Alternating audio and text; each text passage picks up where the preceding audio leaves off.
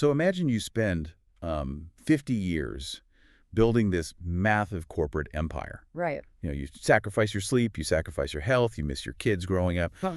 all to construct this uh, impenetrable fortress of wealth and legacy. Yeah, that classic hustle. Exactly. Yeah. And then you're lying on your deathbed, and this absolutely terrifying realization just washes over you.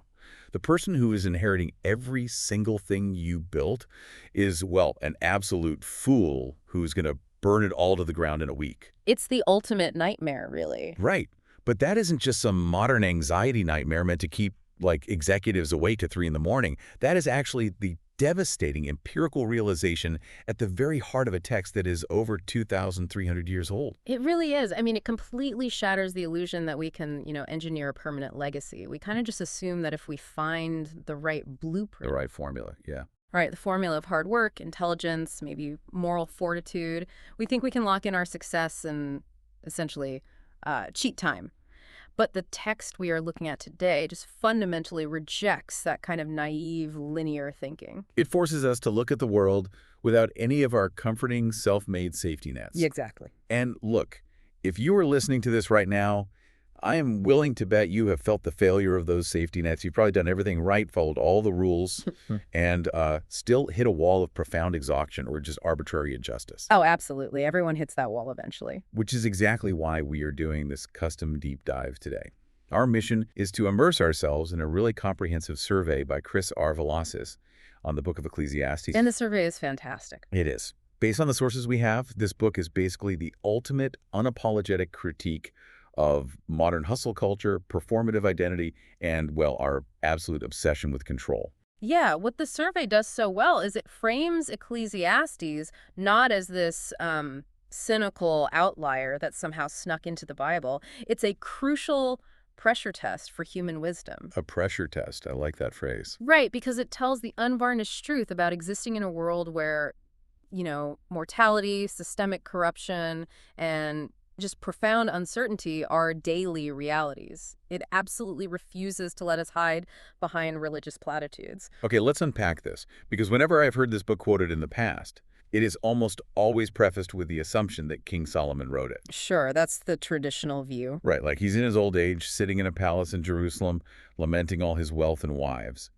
But reading through the Velasquez survey, it seems like the archaeological and linguistic evidence completely upends that. It does. It really shifts the ground beneath us. We are looking at an entirely different historical reality, aren't we? We are. And that shift in critical scholarship regarding the authorship, it fundamentally changes how we interact with the message.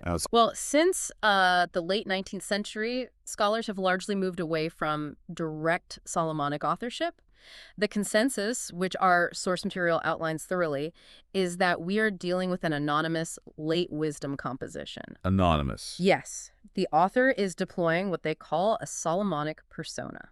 Okay, I want to dig into how scholars actually know that. Because to a layperson, seeing the first verse say, the words of the son of David, king in Jerusalem, well, that seems pretty open and shut. It does sound definitive on the surface. But the linguistic clues you brought from the survey, they act like this historical fingerprint that just doesn't match the 10th century BCE at all. Exactly. I mean, language evolves, right?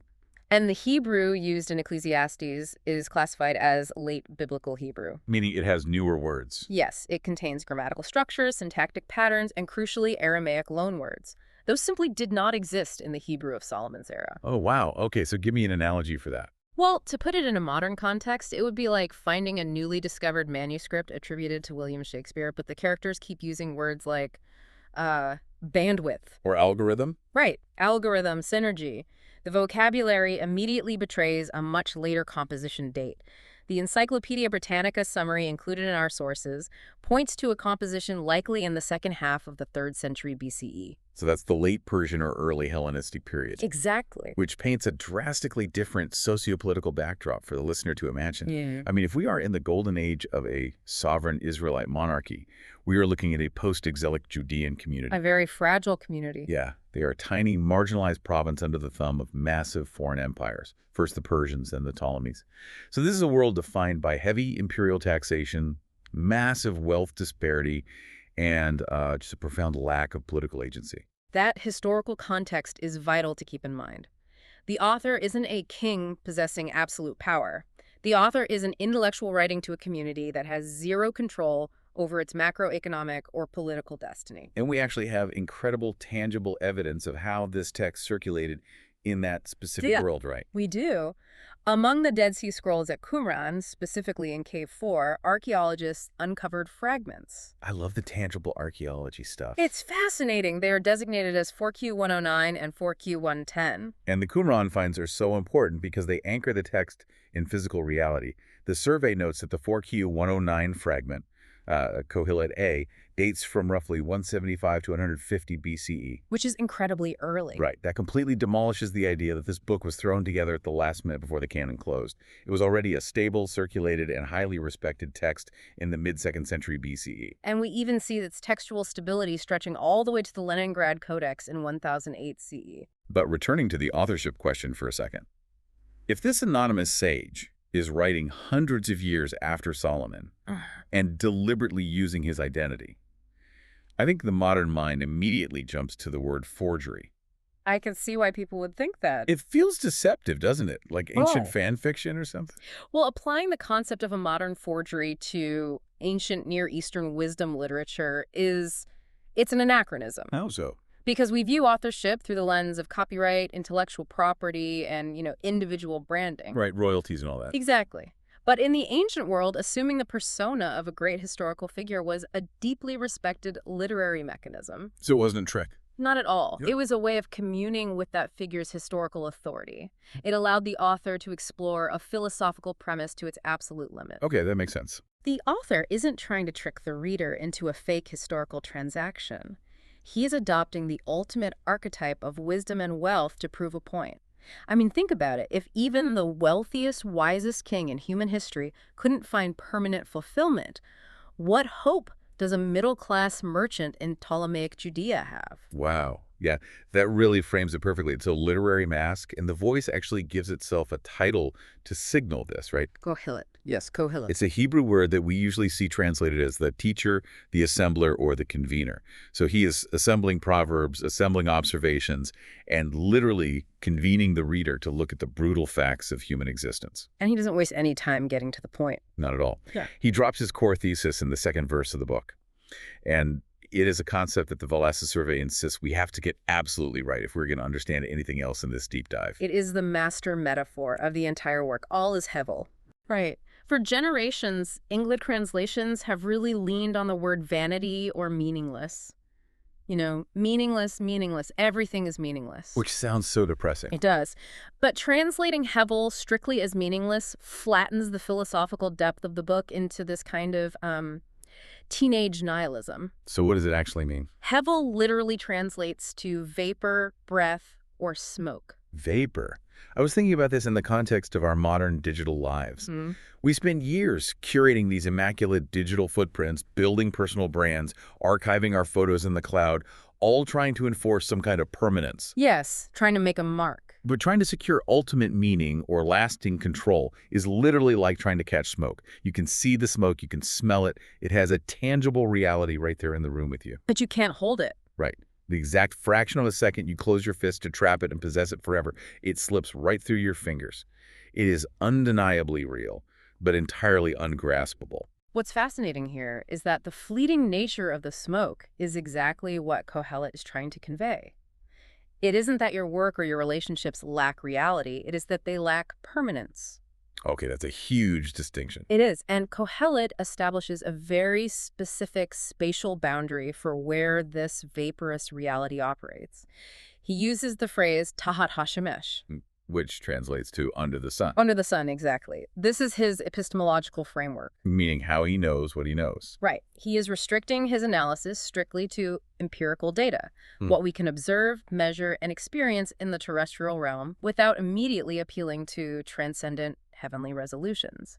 So he's acting like a philosopher, restricted only to what his five senses can prove. Yes. And the first thing his senses prove, right there in the opening nature poem of chapter 1, is that the universe is locked in a cycle of total cosmic indifference. I mean, the sun rises and sets literally panting back to where it started. The wind blows in endless circuits. The rivers dump into the sea, but the sea never actually fills up. The sheer repetition of nature stands in mocking contrast to human ambition. Mocking contrast, I like that. Because we believe our actions are moving history forward on a linear track of progress. But Qohelet looks at the geology and meteorology of the world and just sees a closed loop. The Earth remains forever, while human generations are merely a blip. And the psychological blow comes right after that in verse 11, where he addresses human memory. He points out that the people of the past are entirely forgotten, and the people currently living will be forgotten by those who come after. It's a tough pill to swallow. It is, and we fight that reality so aggressively today.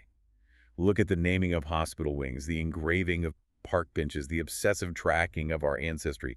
We have this deep-seated dread of being erased. We want to be remembered. And Qohelet looks right at you, the listener, and says, you will be erased from human memory, and the earth will not even notice your absence. Which brings us to a crucial distinction the survey makes between realism and nihilism. Because what you just said sounds a lot like nihilism. It sounds like it, but nihilism asserts an ontological void. It says that there is no God, no intrinsic value, and no reality. Qohelet is not a nihilist. What is he then? He is a theological realist operating in the aftermath of Genesis 3. Reality is almost too heavy, too overwhelmingly present, but the human capacity to master it is completely fractured. Right. Humanity is driven to labor and produce, but that labor is subjected to inherent frustration and limitation. But if the book is this aggressively deconstructive, it begs a massive question about its place in the biblical canon. I mean, if you grew up reading the Bible, you are taught that it provides a normative, ordered way to live. The wisdom literature especially. Right. You do X, and God blesses you with Y. I am looking at how Ecclesiastes sits right next to the book of Proverbs in the canon, and the contrast is just jarring. How does a text that calls all human effort vapor survive alongside a text that promises success to the righteous? The juxtaposition is intentional, and I'd argue deeply necessary. Because Proverbs establishes the normative moral order. It provides the axioms for how God's universe is designed to work. Wisdom leads to life. Folly leads to destruction. Which is generally true. It is generally true. The problem arises when humans take those general axioms and harden them into an absolute mechanical guarantee. Oh, I see. We turn the theology of Proverbs into a cosmic vending machine. Exactly. Insert 3 good deeds, select your desired blessing, and just wait for the prize to drop into the tray. And Ecclesiastes is the empirical observation that the vending machine is frequently broken. I love that. It doesn't deny that wisdom is generally better than folly. Qohelet explicitly affirms that light is better than darkness, but he forces the reader to confront the anomalies. The exceptions to the rule. Right. He points out the agonizing delays in justice, the righteous people who suffer terribly, and the wicked people who prosper and live long lives. In this way, Ecclesiastes serves a canonical function very similar to the Book of Job. Though they tackle it from different angles, right? Job is hyper-focused on the visceral trauma of righteous suffering and theodicy. Why do bad things happen to a good person? Yes. But Qohelet seems more focused on the systemic instability of human achievement. He's looking at the macro-level vanity of our projects. That's a great way to put it. But both of them prevent us from using fate as a transaction to manipulate God. Yeah. It creates this incredibly modern theology for the already but not yet. It gives us an honest framework to survive when the promised covenant blessings are nowhere to be found in our daily experience. Absolutely. And once Qohelet dismantles that transactional view of wisdom, he embarks on what the survey categorizes as his great experiments. Right, chapters 2 through 6. Yes, they operate like a philosophical laboratory. Since traditional moral formulas don't guarantee control, he decides to test every secular avenue human beings use to extract ytron from the world. Ytron. Let's define that. It means a surplus, a net profit, some kind of lasting advantage that actually survives a vapor, right? Exactly. Lasting gain. I look at chapters 2 through 6, and it reads exactly like the playbook for modern Silicon Valley optimization or the FIRE movement or extreme biohacking. Qohelet literally tries to hack his way to permanence. He tries everything. He does. He tests hedonism, flooding his system with wine and pleasure, and when that leaves him empty, he pivots to massive productivity. He builds architectural marvels, gardens, reservoirs. He amasses staggering wealth. Right, outperforming everyone who lived in Jerusalem before him. He has the ultimate diversified portfolio. And the result of all that hyperproductivity is what he terms amal. Amal. It is a very heavy Hebrew word denoting burdensome, wearying, agonizing toil. He looks at his vast portfolio and realizes the fatal flaw of legacy, which we discussed right at the beginning. He has to leave it all behind. He must leave everything to his successor. Yeah, that verse is brutal. I hated all my toil in which I toil under the sun, seeing that I must leave it to the man who will come after me, and who knows whether he will be wise or a fool. It's the ultimate loss of agency. It really is. You spend your one vaporous life acquiring capital, only for the absolute randomness of genetics or circumstance to hand it over to someone who might just squander it at the casino. The psychological penetration of these chapters is profound, particularly his observations on wealth in chapters 5 and 6. What does he notice about wealth specifically? Well, Qohelet identifies the insidious nature of accumulation. He notes that when goods increase, so do those who consume them. Oh, wow. The modern equivalent is lifestyle creep and the expanding payroll of the highly successful. You generate more revenue, but suddenly you need wealth managers, legal teams, security, specialized accountants. The entourage consumes the surplus. Exactly. The wealth flows right back out to sustain the infrastructure of the wealth. And the physical toll it takes on the body is laid out so clearly.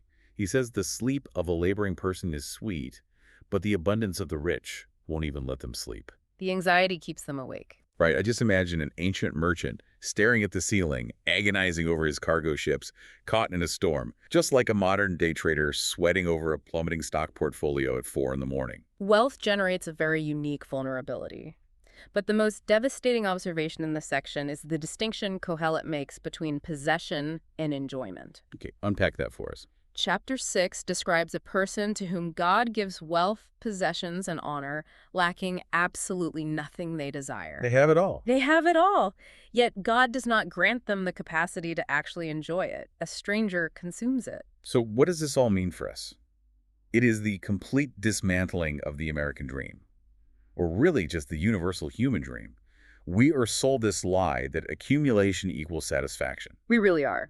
We think if you just hustle harder, if you optimize your morning routine, if you curate the perfect investment portfolio, you will achieve an impenetrable state of security and happiness. And Qohelet says no. He is staring through the millennia, looking right at our modern burnout culture, and stating empirically that possession does not trigger joy. You can own the world and remain entirely hollow. It's a sobering reality. And having exhausted the individual pursuits of wealth, pleasure, and legacy, the survey notes how Qohelet broadens his scope. He zooms out. He does. If he cannot engineer a permanent advantage through his own personal effort, he looks to the macro structures of reality. He examines time, providence, and systemic human governance. Which brings us to chapter 3, probably the most cultural, ubiquitous passage in the entire book. Oh, definitely, the poem of time. Right. For everything there is a season, and a time for every matter under heaven, a time to be born and a time to die, a time to plant, and a time to pluck up what is planted. People love that poem. They do. You hear this read at weddings with, like, acoustic guitars playing in the background. You hear it at funerals to offer comfort. We have turned it into a warm, sentimental blanket about the natural rhythms of life. And it is entirely misread in popular culture. Right. Oh, absolutely. The scholarly analysis provided by the Velasquez survey clarifies that this poem is not a romantic meditation on the circle of life. What is it then? It is a stark, terrifying confession of absolute divine determinism and human powerlessness. Wait, really? Terrifying. I want to make sure I grasp the gravity of this. Why is it terrifying?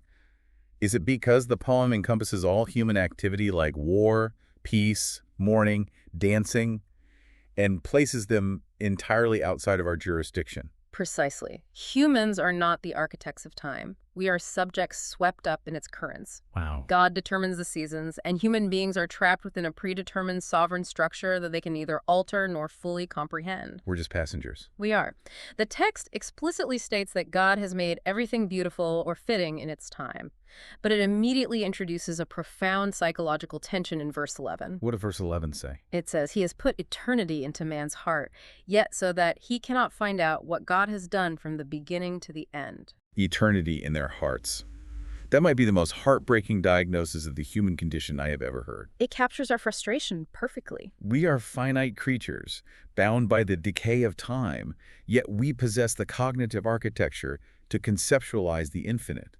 We hunger for the meta-narrative. We want to zoom out and see the entire chronological map to understand why a tragedy happened yesterday and how it resolves tomorrow. But we can't see it. Right? God only gives us a flashlight that illuminates, like, the next 3 feet of the path. We are burdened with the desire for total comprehension without the capacity to achieve it. That is agonizing. And this limitation creates incredible tension, especially when Qohelet turns his flashlight onto the realities of human governance. Ah, yes, the politics. In the latter half of Chapter 3 and into Chapter 4, he observes the halls of power, the courts of law, and instead of justice, he finds entrenched wickedness. He sees the tears of the oppressed. Yes, and he repeatedly notes the most chilling detail.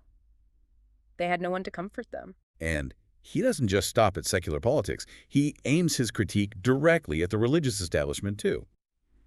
Chapter 5 is a brutal takedown of performative piety. He pulls no punches there. He warns people to guard their steps when they go to the house of God. He mocks the fools who offer sacrifices while harboring evil, who babble endless prayers trying to manipulate the divine. God is in heaven and you are on earth, therefore let your words be few.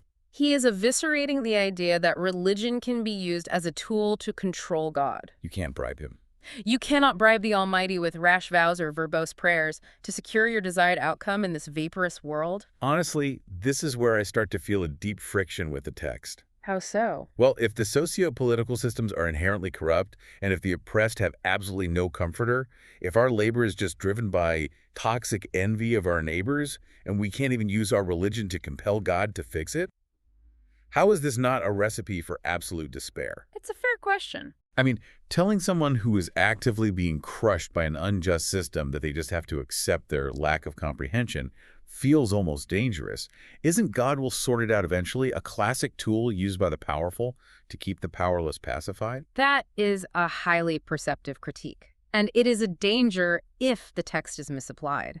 But Qohelet's response to systemic injustice is rooted in his theology of God's unmanipulable transcendence. Okay, unpack that.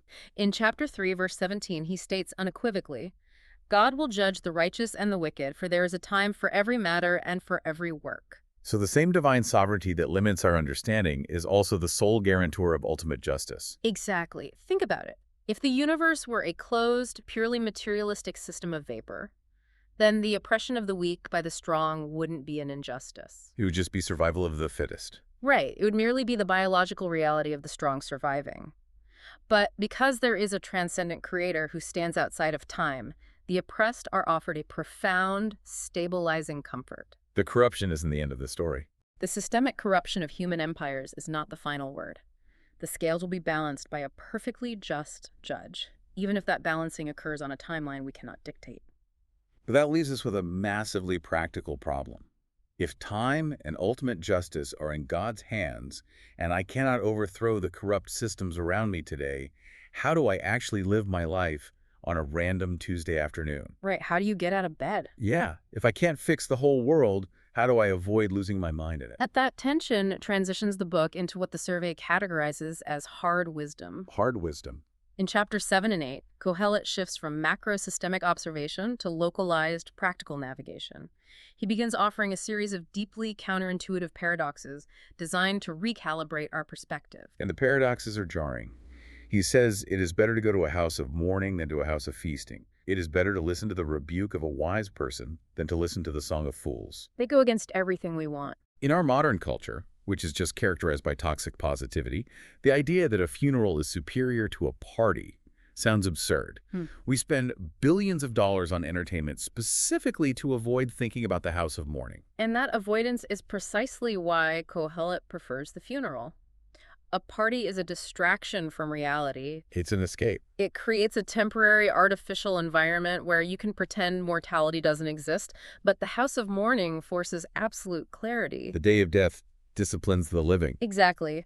When you are confronted with a casket, the trivialities of the vapor, your social media engagement, your slight at the office, your anxiety over a car scratch, instantly evaporate. It really puts things in perspective. You are forced to evaluate what actually constitutes a meaningful existence. So he is advocating for a sober, unflinching realism.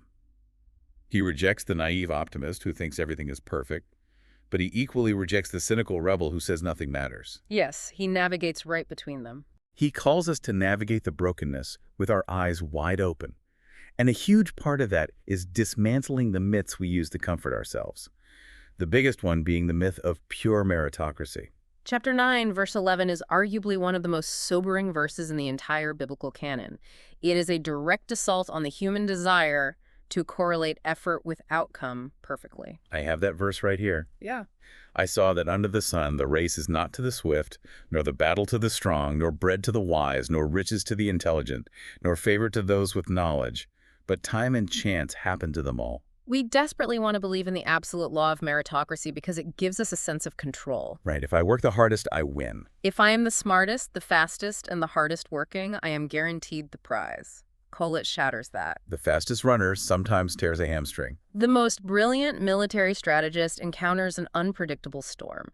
The smartest entrepreneur launches a flawless business model 3 days before a global financial collapse. Wow, yeah. Time and chance, unforeseen, uncontrollable variables happen to everyone.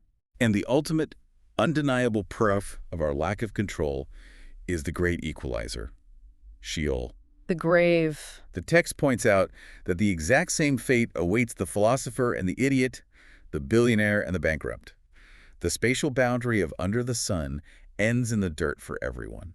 This realization forces a crucial recalibration of how we value wisdom. Wisdom is penultimate, not ultimate. Meaning it's good, but not the final answer. Right. It is a highly effective tool for navigating the world. It helps you build better relationships, avoid unnecessary debts, and live more harmoniously.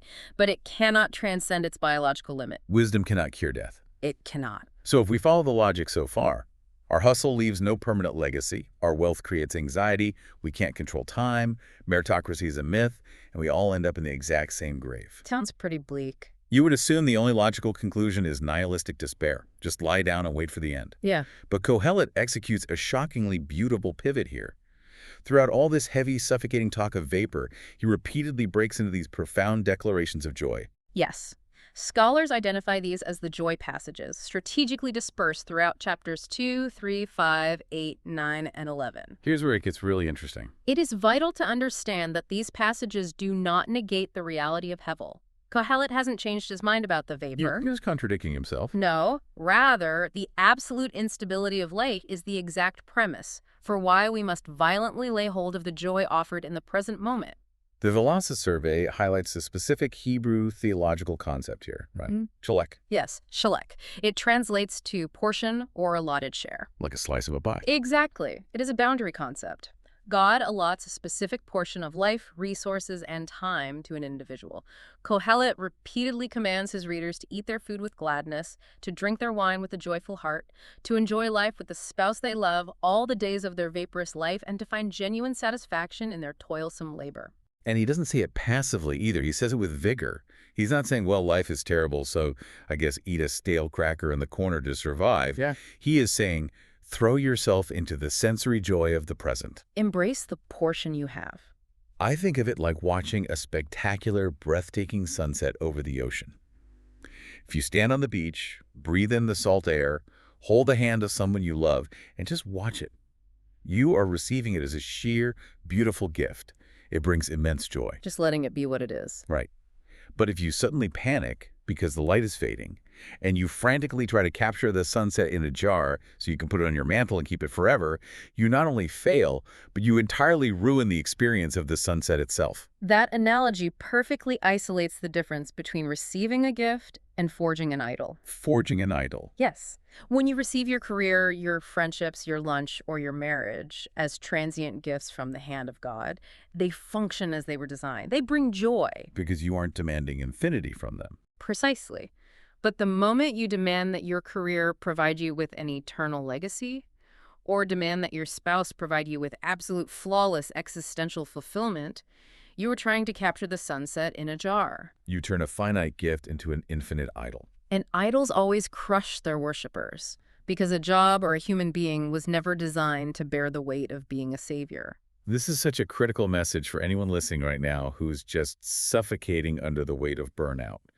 Burnout is the physiological and spiritual consequence of expecting our finite output to justify our infinite existence. That is so true. Ecclesiastes gives you theological permission to stop doing that. It legitimizes your frustration over the broken systems around you, but it trains you to deeply savor created gifts without absolutizing them. Because your career won't save you. It won't. Getting that promotion is not going to save your soul, but the hot cup of coffee you drank this morning, the sandwich you're going to eat for lunch, the laughter you share with a friend, those are real, tangible, divine gifts. You are allowed to take immense pleasure in them. It is an incredibly robust theology of grace. It shifts the human posture from one of frantic grasping and controlling to one of open-handed receiving and gratitude. It doesn't let us just chill out forever. No, however much it praises joy, Ecclesiastes does not allow us to permanently retreat into a detached mindfulness. It grounds this joy with the stark, impending reality of our biological clocks. Which propels the text into its breathtaking climax in chapters 11 and 12. The tone shifts dramatically here. It does. Qohelet begins with a call to radical risk and generosity. Cast your bread upon the waters, for you will find it after many days. Give a portion to 7 or even to 8, for you know not what disaster may happen on earth. He is arguing that because the world is inherently unpredictable and vaporous, hoarding your resources in a bunker is foolish. The wise response to uncertainty is open-handed generosity. Yes, generosity and energetic engagement with the world while you still possess the agency to do so. Action is required precisely because the window for action is closing. And this urgency bridges into the famous poetic sequence contrasting youth and aging. Qohelet commands the young to rejoice in their vigor, to follow the impulses of their hearts and the desires of their eyes. Though always with the sobering caveat that God will bring everything into judgment. But then, chapter 12 hits, and the Velazquez survey calls this a literary masterpiece of mortality theology. Remember also your Creator in the days of your youth, before the evil days come and the years draw near, of which you will say, I have no pleasure in them. What follows is this haunting, visceral anatomy of human aging told entirely through metaphor. And the metaphors are deeply affecting. Let's walk through them. He talks about the keepers of the house trembling.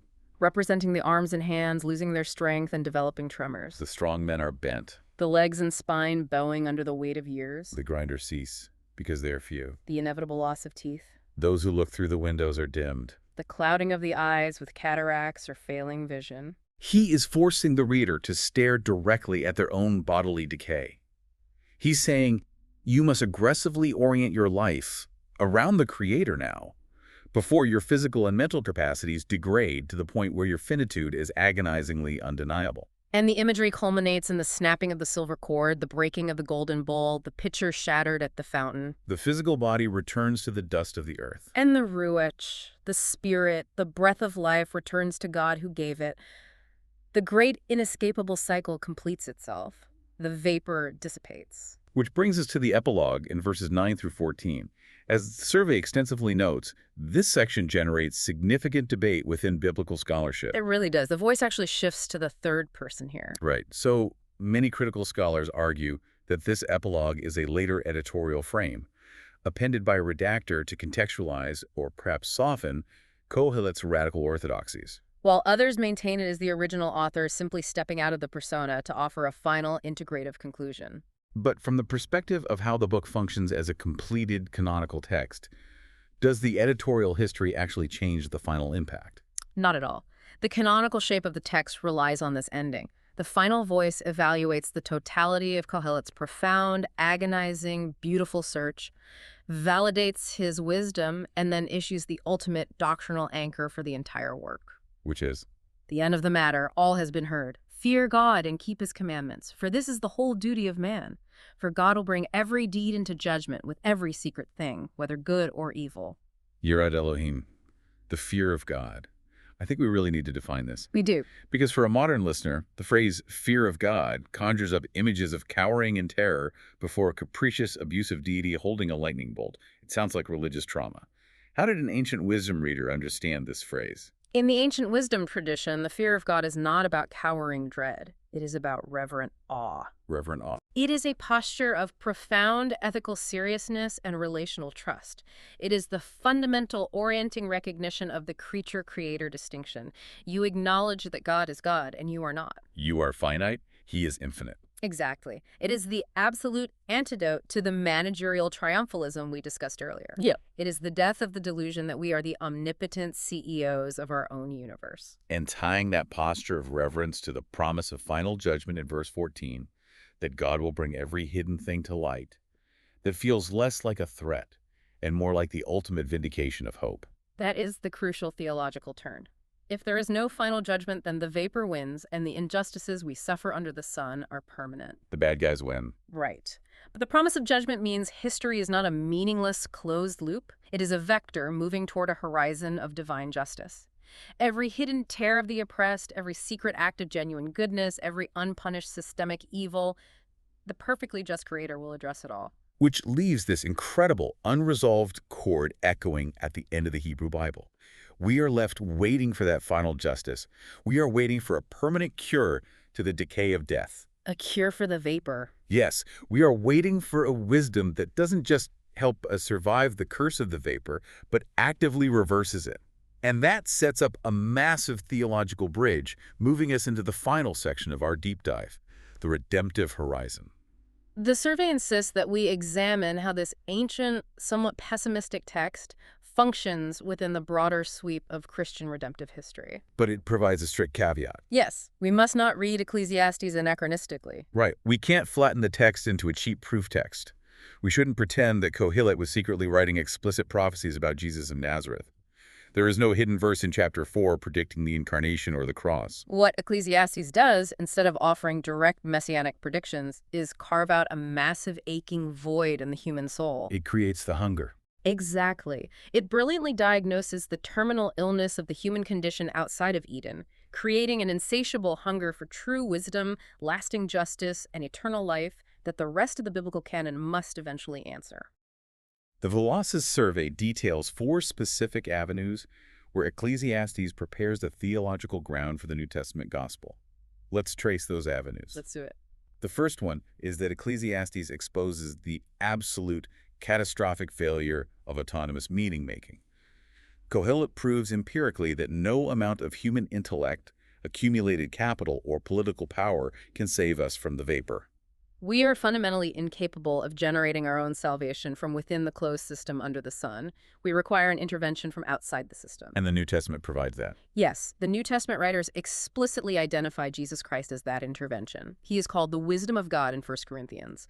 Christ embodies the transcendent divine wisdom that Qohelet was desperately searching for but could not find in earthly pursuits. Okay, the second avenue centers on the demand for final justice.